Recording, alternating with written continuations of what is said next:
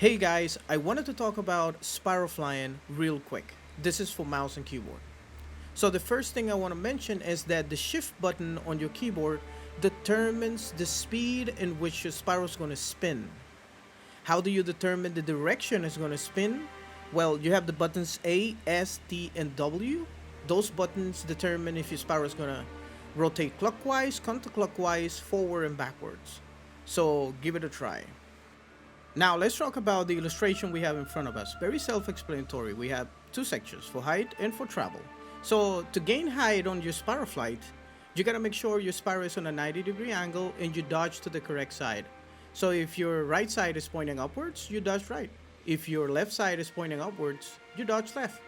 And to dodge, all you need to do is double tap A or double tap D.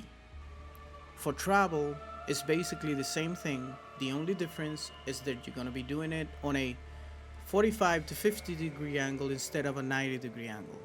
But keep in mind, there is a trade-off of doing this. You gain speed towards a direction, so your Sparrow is going to be moving faster towards a direction, but you're going to lose height. So just make sure to return to that 90 degree when you start dropping a little bit. So you just play with the angle until you find a nice Goldilocks zone that gives you enough momentum and enough height. Now let's see how it looks. Credits to JB3 for the idea of how to break this down. So the first thing we gotta get familiar is how it feels to summon the Sparrow while you're jumping in the air. So we jump in the air, summon the Sparrow. So get familiar with the keystrokes, build that muscle memory. That's important.